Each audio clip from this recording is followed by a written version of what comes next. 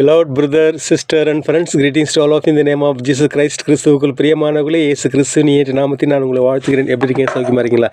சரி, இந்த நாளில் வந்துட்டு திருமணமான வாலிப பிள்ளைகளுக்கு ஒரு சின்ன மெசேஜ் தான். இதற்கு ஆதாரமாக வேதத்திலிருந்து ஒரு வசனத்தை வாதிக்கிறேன்.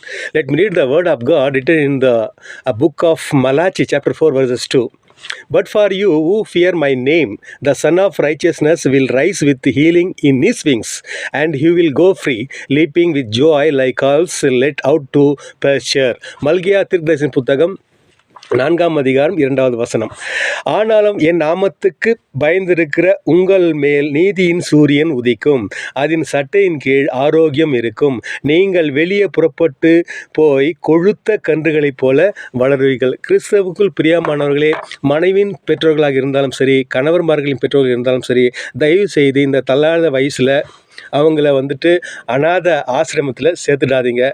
இன்னும் அவங்களுக்கு ஆதரவு இல்லாத, ஒரு அன்பு காட்ட கூட இடம் இல்லாத அந்த இடத்த போயிட்டு அவங்கள தள்ளி விட்டுறாதீங்க. ஏன்னா நம்முடைய பெற்றோர்கள் கூட கடவுளுக்கு சமமானவர்கள். எப்படி நம்ம கடவுளுக்கு பயந்து அவரை துதிக்கிறோமோ அதே மாதிரி நம்முடைய பெற்றோர்களுக்கும் நாம் பயந்து அவர்களுக்கு மதிப்பு மரியாதை கொடுத்தாங்க நிச்சயமாக வேதத்தில் நான் வாசித்தது போல நீதியின் சூரியன் நம் மேல் உதிக்கும். அடுத்தபடியாக அதன் சட்டைகளின் கீழ் ஆரோக்கியம் இருக்கும். எப்போ ஆரோக்கியம் கிடைக்கும்?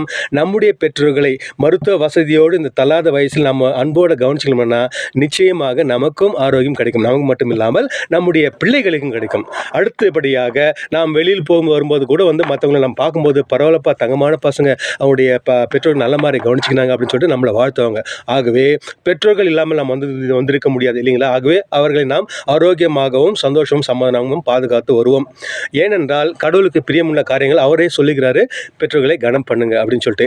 இந்த நேரத்தில், இந்த பண்டிகை காலத்தில் பிரியமானவர்களே, அவங்களுக்கு முடிஞ்சாக்கா ஒரு நல்ல புத்தாடை வாங்கி கொடுங்க.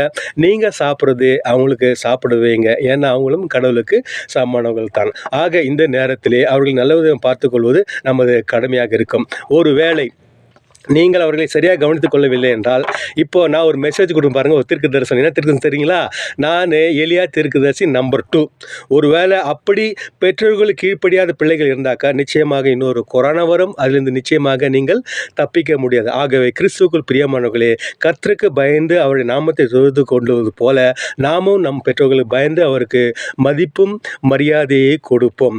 ஆக கடவுள் பெற்றோர்களுக்கு செய்த நன்மையின்படியே, உதவியின்படியே நம்முடைய பெற்றோர்கள் நமக்கு செய்தார்கள் இல்லையா? அதற்காக நாம் அவருக்கு நன்றி செலுத்துவோம். கர்த்தருக்கு பயந்து அவரை நாமையை துதித்துக் கொள்வோம். எனக்காக யாவையும் செய்பவரே, செய்து முடிப்பவரே,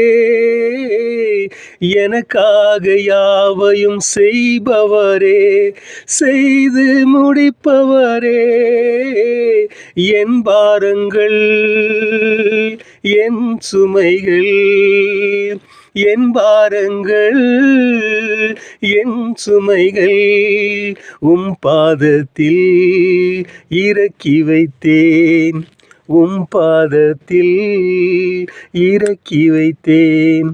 எங்களை நேசிக்கும் நல்ல தந்தை, இந்த அருமையான காலை வேலைக்காக உமக்கு நன்றி செலுத்துக்கிறோம்ப்பா. கடந்த வாரம் முழுவதும் எங்களுக்கு கண்மணி போல காப்பாற்றி வந்திருக்கார். நன்றி.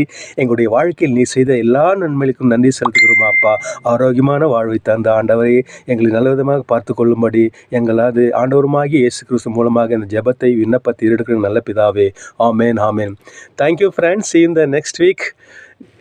Till then, it is Sarul from Bangalore. God bless you. Bye-bye.